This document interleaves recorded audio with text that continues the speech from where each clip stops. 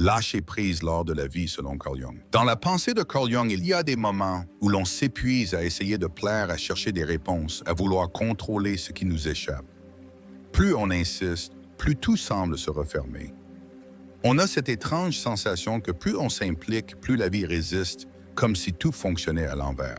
Jung disait que ce n'est pas en forçant que l'on trouve la paix, mais en abandonnant ce qui ne nous appartient pas.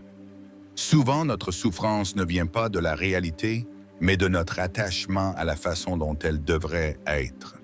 Ce n'est pas ce qui est, mais ce que nous attendons désespérément. Quand vous arrêtez de vous en faire, ce n'est pas que vous renoncez, c'est que vous comprenez enfin la différence entre agir et s'acharner. Vous réalisez que l'énergie que vous mettez à vouloir tout maîtriser vous coupe de l'essentiel, votre calme intérieur. C'est à ce moment-là que se produit le vrai déclic. L'intelligence de l'âme est la fin de la peur. Lorsque vous cessez de courir après ceux qui ne vous voient pas, quand vous relâchez cette peur de perdre cette obsession, d'être à la hauteur, quand vous renoncez à forcer ce qui ne veut pas s'ouvrir, vous faites alors un pas vers quelque chose de plus grand, une confiance qui ne dépend plus des résultats, une foi silencieuse en vous et en la vie. Ce détachement n'est pas de l'indifférence, c'est une forme de maturité. C'est l'intelligence de l'âme qui a compris que certaines choses ne peuvent être changées, mais que notre regard, lui, peut toujours se transformer. Parfois, c'est ce simple changement de perspective qui fait enfin que les choses tournent dans le bon sens. Derrière le besoin de tout contrôler se cache souvent une peur profonde. La peur de ne pas être à la hauteur, la peur de perdre ce que l'on croit avoir gagné, la peur de se retrouver seul face à soi-même. Alors, on planifie, on anticipe, on surveille, mais cette vigilance constante finit par étouffer la spontanéité de la vie. Carl Jung observait que plus l'ego veut tenir les rênes, plus l'âme se contracte. L'âme ne vit pas dans le calcul. Elle respire dans le lâcher-prise, dans cette capacité à faire confiance même quand tout semble flou, dans cet abandon subtil où l'on accepte que l'inconnu a sa propre sagesse. La loi du rayonnement et l'alignement intérieur, plus vous voulez que ça marche, moins, ça marche non pas parce que vous n'êtes pas capable, mais parce que votre énergie est tendue, crispée, verrouillée. Vous devenez l'obstacle invisible à ce que vous cherchez. Vous bloquez sans le savoir le courant de ce qui voudrait simplement circuler. Parfois, c'est au moment exact où vous dites « tant pis » que tout se débloque, non pas parce que vous avez cessé d'y croire, mais parce que vous avez cessé de le retenir de force. Vous avez laissé la vie respirer à travers vous et la vie libérée de votre peur commence alors à danser. Ce que Jung nous enseigne, c'est que le vrai pouvoir ne vient pas de la maîtrise absolue, mais de l'alignement. Quand vous faites votre part sans vous accrocher aux résultats, quand vous marchez sans vous perdre dans la projection, quand vous donnez sans exiger ce qui doit rester, restera, ce qui doit partir s'en ira. Plus vous faites la paix avec cette vérité, plus vous verrez que le monde autour de vous commence mystérieusement à coopérer, non pas parce que vous forcez, mais parce que vous rayonnez une paix qui attire ce qui vous ressemble. Le miroir de l'inquiétude était la prière du manque. Chaque pensée répétée crée un sillon dans votre esprit et chaque émotion que vous alimentez devient une vibration que vous émettez même sans parler. Quand vous vous inquiétez sans cesse, vous n'envoyez pas seulement une information à votre cerveau. Vous nourrissez un champ énergétique autour de vous, un champ fait de tension, de doute et d'instabilité. Carl Jung aurait dit que ce que vous refusez de voir en vous se manifeste à l'extérieur sous forme de circonstances.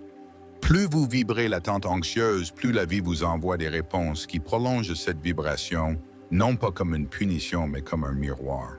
L'inquiétude chronique est une prière que vous faites au manque. Vous demandez inconsciemment que rien ne se passe bien parce que vous vous y préparez. Vous devenez votre propre prophète de malheur. Le pire, c'est que vous croyez que c'est de la prudence. Vous croyez vous protéger alors que vous vous empoisonnez. Quand vous arrêtez de vous en faire, vous changez le message. Vous ne dites plus « je n'y crois pas ».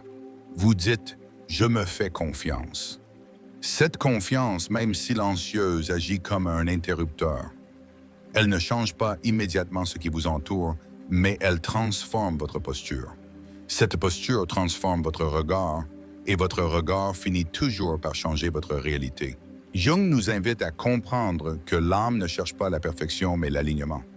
Elle veut que vous viviez, pas que vous surviviez. La vie ne peut vous apporter ce que vous ne vous croyez pas digne de recevoir. Alors commencez par respirer, par relâcher les mâchoires, les épaules, les attentes. Ne faites plus de votre inquiétude un mode de vie. Faites de votre paix un choix même fragile. Et vous verrez sans comprendre exactement pourquoi que les choses commenceront à mieux fonctionner. La subtile loi du vivant est l'art de l'abandon. Il y a cette chose que vous vouliez absolument, une réponse. Une personne, une reconnaissance, un projet. Vous y avez mis votre énergie, votre cœur, parfois même votre sommeil, mais plus vous insistiez, plus cela semblait vous fuir. Jusqu'au jour où, par lassitude ou sagesse, vous avez lâché prise. Et c'est là, à ce moment précis, que tout a commencé à changer. Carl Jung expliquait que lorsque nous laissons partir quelque chose que nous avons désiré avec intensité, nous faisons place à un mouvement profond. L'inconscient cesse d'être comprimé, le champ de vie autour de nous se réorganise, l'obsession se dissout. L'espace ainsi libéré attire autre chose, parfois la même chose, mais autrement, parfois quelque chose de mieux, de plus juste, que nous n'aurions jamais imaginé. Ce n'est pas un hasard, c'est une loi subtile du vivant. Tant que vous tenez trop fort, vous retenez aussi l'énergie qui pourrait circuler librement. Vous voulez attirer, mais vous enfermez. Vous demandez, mais vous contrôlez. La vie, elle n'entre pas par la force, elle entre par la confiance. Ce que vous laissez aller sans rancœur, sans drame, sans lutte, revient parfois, mais guérit. S'il ne revient pas, c'est qu'il n'avait pas la force de rester et vous gagnez quelque chose de plus rare encore, la paix. Jung dirait que dans chaque renoncement lucide, il y a un acte de puissance, non pas parce qu'on ne veut plus, mais parce qu'on ne dépend plus. Ce n'est pas l'abandon, c'est la liberté intérieure, celle de continuer à aimer, à espérer, à créer, mais sans se perdre dans l'attente. Souvent, c'est ce détachement qui permet aux choses d'arriver, parce que vous ne les appelez plus depuis un vide, mais depuis un plein. Ce plein, c'est vous enfin reconnecter à votre propre lumière. Le passage de la peur à l'abondance. Vous croyez manquer de tant d'amour, de soutien, d'opportunités, mais si vous regardez bien souvent, vous n'êtes pas en manque. Vous êtes en peur. Peur que ça disparaisse, peur que ça ne revienne pas, peur que ça ne vous appartienne jamais vraiment. Cette peur colore tout ce que vous vivez, même ce que vous recevez. Carl Jung disait que l'inconscient ne fait pas la différence entre ce que l'on imagine avec intensité et ce que l'on vit réellement. Ainsi, lorsque vous vibrez la peur de perdre, vous envoyez un message puissant. Je ne suis pas prêt à recevoir. Vous vous contractez, vous vous agitez, vous observez chaque signe avec anxiété et vous empêchez ce qui pourrait simplement venir. La peur du manque vous pousse à vouloir tout sécuriser. Vous voulez être certain que l'autre vous aime, vous voulez garantir que votre projet fonctionne, vous voulez que rien ne vous échappe. C'est dans cette volonté de tout figer que vous perdez le mouvement naturel de la vie. Vous passez à côté du miracle présent, occupé à surveiller l'avenir. Mais quand vous arrêtez de vous en faire, vous invitez une autre forme de richesse, une richesse plus subtile, plus stable, celle de vous sentir déjà complet, non pas parce que vous possédez tout, mais parce que vous ne vous définissez plus par ce qui vous manque. C'est un basculement intérieur. Vous ne maudissez plus, vous accueillez. Vous ne contrôlez plus, vous accompagnez. Et vous commencez à remarquer que même ce que vous n'attendiez plus commence à se manifester. Jung aurait dit que ce n'est pas la réalité qui doit changer, c'est votre état intérieur. Parfois, changer votre état, c'est simplement cesser d'avoir peur, ou plutôt cesser de nourrir cette peur comme une vérité. Elle est là, bien sûr, mais elle n'est pas vous et elle ne commande plus votre route. Quand vous vivez cela, même un petit pas en avant devient une victoire silencieuse, une preuve que vous n'avez jamais vraiment manqué de rien, sauf peut-être de confiance en votre propre lumière. De l'approbation à la vérité de soi. Tant que vous vivez pour répondre aux attentes, vous ne vivez pas vraiment. Vous ajustez votre voix, vos gestes, vos décisions à ce que les autres attendent de vous. Vous vous déformez sans vous en rendre compte et un jour vous vous regardez et vous ne vous reconnaissez plus. Carl Jung voyait dans cette dynamique une perte du soi profond. Il disait que l'individuation, ce processus par lequel on devient pleinement soi, passe par une rupture avec le besoin de plaire à tout prix. Non pas pour devenir dur ou distant, mais pour devenir vrai. Plus vous essayez de vous conformer, plus vous vous éloignez de votre centre. Vous entrez dans une fatigue invisible, une lassitude de l'âme. Ce n'est pas que les autres vous oppriment, c'est que vous avez cessé de vous écouter. Vous voulez être aimé, compris, reconnu, et vous oubliez que la première personne à vous accorder cela, c'est vous-même. Arrêtez de vous en faire, ce n'est pas devenir insensible. C'est cesser de croire que votre bonheur dépend de la validation extérieure. C'est faire la paix avec le fait que vous ne serez jamais assez pour certains et que ce n'est pas grave parce que vous ne vivez pas pour combler leur manque. Vous vivez pour honorer votre chemin. Quand vous assumez cela, quelque chose de rare se produit. Vous attirez des relations plus vraies, des situations plus justes, des réponses plus alignées parce que vous émettez enfin une fréquence qui ne demande rien, mais qui rayonne. Ce qui est en paix attire ce qui est en paix. Ce qui est standard appelle ce qui respecte l'intégrité. Ce qui ne se cache plus devient un phare et les phares n'ont pas besoin de courir après les bateaux. Ils éclairent et ceux qui naviguent dans le noir les trouvent naturellement. C'est ce que vous devenez quand vous cessez de vous en faire un être libre qui ne supplie plus d'être accepté, mais qui inspire simplement par la tranquillité d'être soi. La purification du désir et la libération intérieure. Vous avez sans doute déjà remarqué ce paradoxe étrange. Plus vous voulez quelque chose avec intensité, plus cela semble vous fuir. Plus vous vous attachez à un résultat, à une personne, à une réponse, plus l'univers semble se refermer autour de vous. Et vous vous demandez pourquoi rien ne marche alors que vous y mettez tout votre cœur. Carl Jung aurait répondu que ce n'est pas votre cœur le problème, c'est votre crispation intérieure. Ce besoin brûlant, presque douloureux de posséder ce que vous désirez. À travers ce besoin, ce n'est pas l'amour qui s'exprime, c'est la peur. Et la peur même déguisée en passion reste une énergie de contraction. Ce que vous voulez trop fort, vous l'enfermez, vous l'étouffez si fort qu'il n'a plus la place de respirer. Vous croyez attirer, mais vous repoussez. Vous croyez retenir, mais vous vous fatiguez. Parfois, ce n'est pas la vie qui vous dit non, c'est votre propre excès d'attente qui bloque la fluidité naturelle de l'expérience. Quand vous arrêtez de vous en faire, vous relâchez cette tension. Vous ouvrez un espace, vous acceptez que ce qui doit venir viendra non pas parce que vous le méritez, mais parce que vous êtes prêt à l'accueillir sans peur. Dans cet espace, l'inattendu entre le miracle se glisse. Ce que vous poursuiviez s'arrête enfin et se retourne vers vous. Le détachement ne tue pas le désir, il le purifie. Il le rend plus doux, plus sage, plus vivant. Ce n'est pas que vous ne voulez plus, c'est que vous ne vous agrippez plus. Vous transformez votre vouloir en ouverture et cette ouverture attire ce qui vous correspond vraiment. Ce que vous aimez sincèrement, vous n'avez pas besoin de le forcer. Vous lui faites confiance et parfois c'est cette confiance silencieuse qui fait que tout commence enfin à fonctionner. La rivière intérieure et le courant de l'être. On passe souvent sa vie à attendre que les choses changent. On espère un signe, un tournant, une transformation extérieure qui viendrait tout remettre à sa place.